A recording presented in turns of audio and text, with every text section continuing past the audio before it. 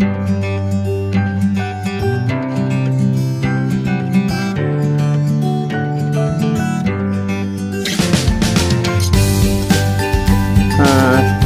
भाइयों, आज मैं एक किसान ने वीडियो भेजा था जिसमें जो रोग मुझे पहचान में आया। एक्चुअली नाशपाती का पौधा है और उसमें दिख रहा है, जैसा कि आप पीछे देख रहे हो मेरे, कि वो पत्ते पूरे जल गए हैं। मैं पहले तो काले पड़े हैं और उसके बाद पूरा का पूरा पौधा जो है, पौधे का जो पत्ता है वो पूरी तरह से जल गया है और फर उसमें लगे हुए हैं। एक्चुअली ये नाशपाती का पौधा है और नाशपाती का जो पौधा होता है उसमें इस तरह की बीमारी आम तो नहीं कह सकते हैं, लेकिन कभी कभी पुराने बगीचों में ये खास करके देखने को मिलता है। इस बीमारी को वैसे हम फायर ब्लाइट कहते हैं। ये एक जीवाणुजनित रोग है और विशेष रूप से नाशपाती में सबसे ज़्यादा, उसके बाद ये सेब में इस बीमारी के लक्षण दिखाई देते हैं। इसमें जो है आप देख सकते हो कि इसकी जो संक्रमित शाखा है जिस पे ये बीमारी लगती है, जिस पौधे पे बीमारी लगती है, सो पत्तियां अचानक जो है वो सूखना शुरू हो जाता है। या ये कह सकते हैं कि उस पर पहले भूरे रंग के धब्बे पड़ते हैं, बाद में ये अचानक पत्ता जो है वो काला पड़ने लगता है और फिर सूखना शुरू हो जाता है और ऐसा लगता है कि पूरा का पूरे पौधे का जो पत्ता है वो जला हुआ है। उसके बाद कभी कभी जब इन पौधों में फूल आता है तो उस समय फूल भी मुरझाने लगते हैं, या जितने फूल लगे होते हैं, नॉर्मली माना जाता है कि नाशपाती, एप्पल और सेब में जितने ज़्यादा फूल लगते हैं तो उतने ज़्यादा फलन भी होता है, लेकिन फूल झड़ना शुरू हो जाता है फ्रूट सेटिंग से पहले ही नॉर्मली। और कभी कभी ये भी देखा जाता है कि जो तना है या उसकी शाखा है तो उस पे गोंद जैसा पदार्थ निकलता है, गम जैसा, जिसको चाहे वो भूरे रंग का कह लिया, सफ़ेद रंग का, या करीब रेडिश टाइप का जो गोंद टाइप का पदार्थ निकलता है। यह रोग जो है वो बहुत तेज़ी से फैलता है और इसको हम एक एक चीज़ के बारे में बात करेंगे ताकि किसानों को भी समझ में आए, जो बगीचे उन्होंने लगा रखे हैं, कि क्या करना चाहिए। पहले तो हम ये कहें कि यह किन किन पौधों पे फायर ब्लाइट, जिस बीमारी को के नाम मैंने बता रहा हूँ वो एक्चुअली फायर ब्लाइट है, और ये किन किन पौधों में फैलता है की बात अगर करें तो ये सेब, नाशपाती में भी फैलता है। इसके अलावा कभी कभी बादाम में भी ये देखा जाता है। कुछ जो स्ट्रॉबेरी या रसबेरी वगैरह होते हैं, खास करके टेम्परेट फ्रूट जो हैं, जितने भी टेम्परेट फ्रूट में हैं, उनमें मुख्य रूप से इन पौधों में ये बीमारी दिखाई देती है। और अगर ये जैसे कहते हैं कि जहाँ का मौसम ज़्यादा नमी और गर्म दोनों है, यानी कि हवा में नमी भी है और गर्माहट भी है, खास करके उस समय फायर ब्लाइट जो ये बीमारी है वो समस्या ज़्यादा देखने को मिलता है। अगर हम ये कहें कि नाशपाती में अगर फायर ब्लाइट जैसा हो चुका है तो क्या क्या सावधानी बरतें, तो सावधानी में सबसे पहला आता है कि इनके जो संक्रामक भाग है, जो जहाँ पे ये बीमारी लगी है पौधे के जिस भाग में, उन शाखाओं को या उनके पत्तियों को काट कर जितना जल्दी, जब ये बीमारी के लक्षण दिखाई दे तो उनको काट करके जल्दी से जल्दी हटा दें।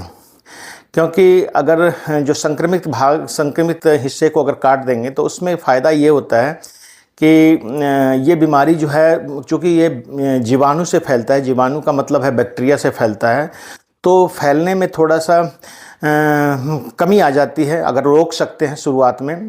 और ये ध्यान रखें कि उसकी जगह पर जैसे ही हम कटिंग करते हैं, मान लें कोई शाखा जिस पे ये बीमारी आनी शुरू हुई है, तो उस भाग को अगर हम काट रहे हैं तो काटने के बाद उसको अल्कोहल से या कॉपर ऑक्सीक्लोराइड वगैरह से उसको उस भाग को लगा देना चाहिए या उस सॉल्यूशन को लगा देना चाहिए। तथा जो काटने वाला जो आपका सीजर है या सिकेचियर है, जो भी है, उसको जब भी काटें तो यूज़ करें तो उसको अल्कोहल में ट्रीट करके, ताकि ये बीमारी एक दूसरे में पौधे में ना फैले। ये ज़रूर ध्यान रखें। बहुत ही बैक्टीरियल बीमारी जो होता है बहुत तेज़ी से फैलता है, फंगल से भी ज़्यादा नुकसान देने वाला होता है ये बीमारी। तो ये किसान भाइयों, इसका ध्यान आप लोग रखिए। और प्रूनिंग का समय जो है, जैसे प्रूनिंग करते हैं, हम करते हैं शाखाओं को काटना वगैरह करते हैं, तो इस कार्य को जो कई बार लोग किसी भी समय करने लगते हैं, तो इसको ध्यान रखें कि जो प्रूनिंग का काम है, अगर कोई ग्रसित बगीचा आपका है तो नॉर्मल प्रूनिंग जो है अगर पौधे में कर रहे हैं तो वो गर्म और सूखे मौसम में करें, मतलब जब हॉट हो टेम्परेचर और वायुमंडल में नमी कम हो, उस समय करना ज़्यादा अच्छा रहता है। क्योंकि उससे क्या होता है कि संक्रमित पौधे जो होते हैं, जिस कटिंग करते हैं, वो जल्दी सूख जाते हैं और घाव भर जाता है और ये बीमारी ज़्यादा फैलता नहीं है। तो ये ध्यान रखना चाहिए। इसके अलावा कीटनाशक का उपयोग जो हम करते हैं, जैसे हम बैक्टीरिया को नियंत्रित करने वाले जितने भी तरह के एंटीबायोटिक आते हैं उनका प्रयोग करना चाहिए। और इनको जो है जिस समय फूल आने लगता है उसी समय उसके लगभग के आसपास में ये बीमारियों का प्रकोप शुरू हो जाता है। तो फूल आते समय जो फूल की कलियां बनने लगे उसी समय इसका प्रयोग करना चाहिए। हो सके अगर आप नया बगीचा लगाने के लिए जा रहे हैं तो किसान भाइयों ये ध्यान रखें कि आप लोग रोग प्रतिरोधी किस्में जो हैं उसको ही लगाएं। रोग प्रतिरोधी किस्में आपको जहाँ से आप ख़रीदेंगे तो उनसे आपको पता लग जाएगा, जो अच्छी वैरायटी है जिसमें ये फायर ब्लाइट नहीं आती है, उनसे संपर्क करके या किसी वैज्ञानिक से संपर्क करके उनसे आप पता लगाएं कि जो रोग प्रतिरोधी किस्में हैं या जिसका ग्राफ्टेड जो है, जिसका जो रूट स्टॉक बढ़िया है और साइन भी बढ़िया है, तो उसको लगाएं। जिस बगीचे में मोस्टली ये जो नाशपाती का बगीचा होता है उसमें नाइट्रोजन खाद का प्रयोग कम से कम करें। नाइट्रोजन खाद दो तरह से होता है, जैसे कई बार लोग बहुत ज़्यादा ऑर्गेनिक फर्टिलाइज़र जैसे आपका गोबर की खाद है या केचुआ खाद है बहुत अधिक मात्रा में डाल देते हैं, या कई बार प्रॉम खाद होती है उसको भी बहुत डाल देते हैं। और इनमें नाइट्रोजन जो है कंटिन्यूअस पौधे को मिलता रहता है। तो इस पौधे का जो भाग है, जैसे पत्तियां वगैरह या इसका कोमल शाखाएं हैं, वो जल्दी वो ज़्यादा क्या बोल सकते हैं आप मुलायम होती है और इस पे ये बीमारी बड़ी तेज़ी से फैलता है। और कभी भी नाइट्रोजन खाद का प्रयोग, अगर ये बीमारी आपके किसी बगीचे के किसी कोने में आ गई है तो नाइट्रोजन खाद का प्रयोग बिल्कुल ना करें या ना के बराबर करें, ये ज़्यादा अच्छा रहेगा। उसके अलावा ज़्यादा नमी नहीं बनाए रखें पौधों के पास। नमी की मात्रा पर ज़्यादा है, जैसे कई बार होता है कि बहुत ज़्यादा सिंचाई कर दी, अधिक नमी अगर होगा और ह्यूमिडिटी भी ज़्यादा होगी तो ये बीमारी जो है एक पौधे से दूसरे पौधे में बहुत तेज़ी से फैलता है। जो किसान है, जैसे आपके क्षेत्रों में आपके कृषि विज्ञान केंद्र वगैरह हैं जहाँ पे ये बीमारी, जहाँ पे इस तरह के पौधे लगाए जाते हैं, उस क्षेत्र के कृषि विज्ञान केंद्र के वैज्ञानिकों से इस तरह की सलाह ली जा सकती है। वहाँ पादप रोग विशेषज्ञ होते हैं, उनसे अगर बात की जा सकती है कि ये बीमारी के लक्षण अगर आ जाएं या आपके आसपास के बगीचों में, सपोज आपके बगीचे में नहीं आया है और आपके आसपास के बगीचे में ये लक्षण आ गए हैं, तो सबसे पहले प्रिकॉशनरी आप मतलब उसका प्रिकॉशन लेना शुरू कर दें। अगर हम कहते हैं कि फायर ब्लाइट अगर हो जाए तो क्या क्या सावधानी बरतते जाएं, ये सबसे पहले बात तो है कि जो अगर फायर ब्लाइट आ ही गया है तो संक्रमित भाग को जितना जल्दी हो काट करके हटा दें।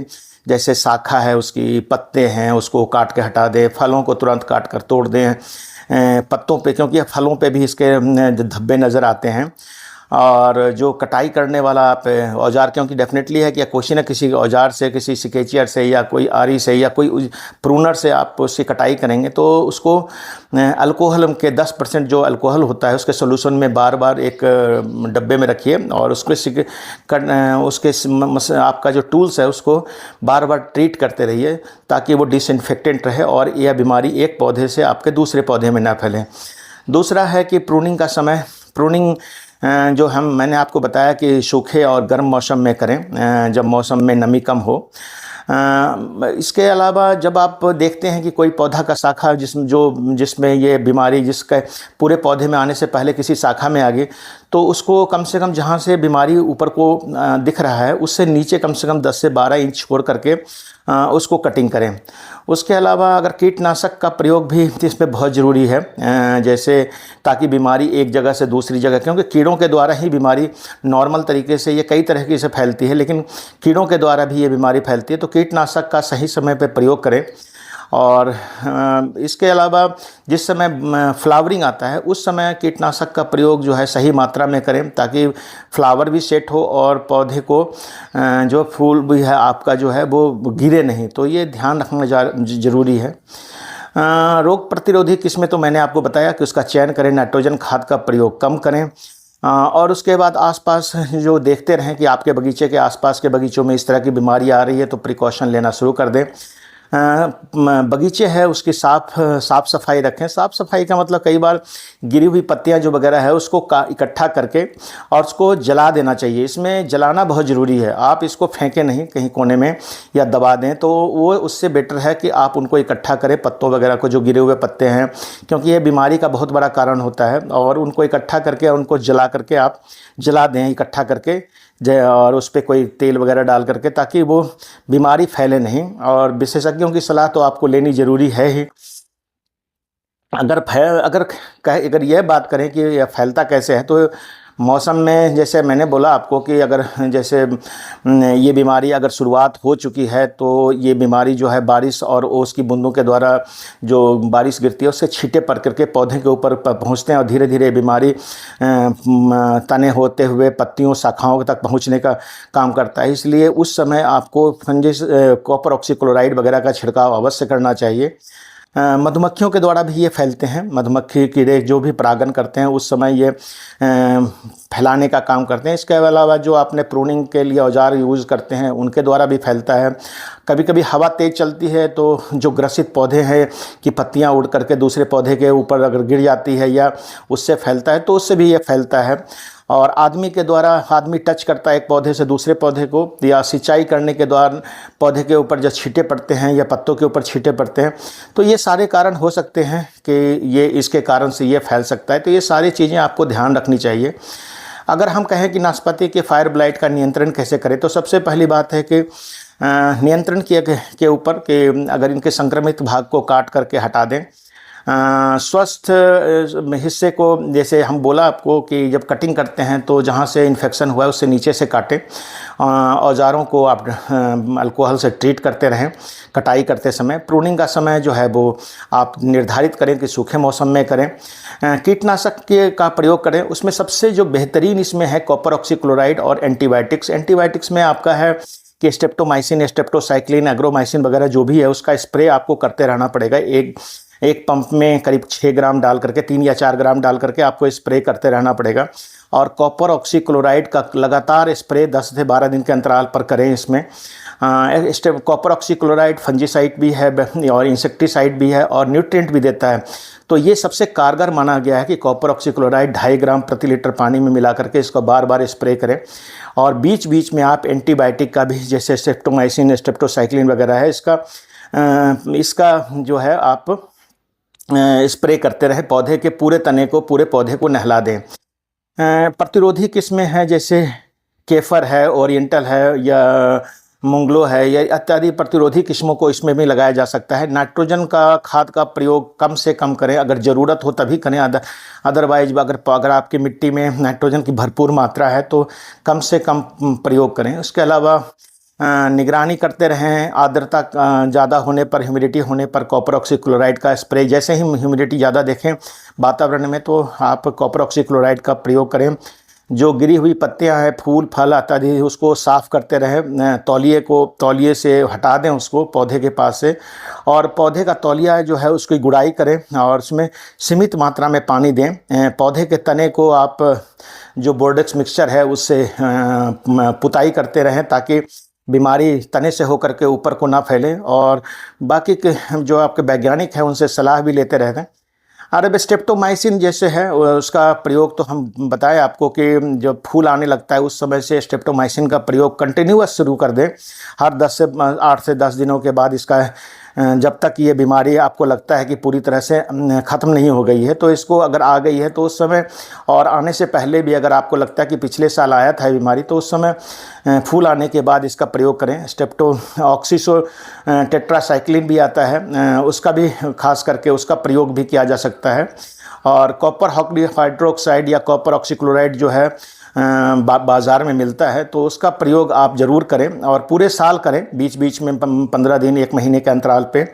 जब आपके आसपास के एरिया में इस तरह की बीमारी आ जाती है या आपके बगीचे में किसी पौधे में आ गई है तो।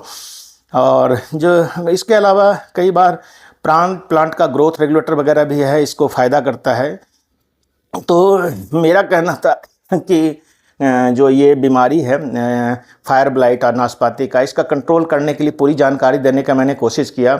तो इससे सावधानी बरतें। तो किसान भाइयों, आज नाशपाती के फायर ब्लाइट के बारे में मैं आपको बता रहा था और शायद आपको सही जानकारी मिली होगी। अगर कोई जानकारी, अगर आपको फिर भी कुछ और इसके विषय में जानना है तो आप मेरे को 9418494333 पे फ़ोन करके पूछ सकते हैं किसान भाइयों। इसी तरह के जो आपके प्रॉब्लम है उसको वीडियो के फॉर्म में भेजिए, मैं उसको ताकि वो अन्य किसानों को भी फ़ायदा हो सके, उसका समाधान, उसका इलाज, उसके कारण और उसके ऊपर प्रकाश डाल सकूं। तो मेरे YouTube चैनल को ज़रूर सब्सक्राइब करें, लोगों को बांटें, लोगों को बताएं, लोगों में शेयर करें। धन्यवाद।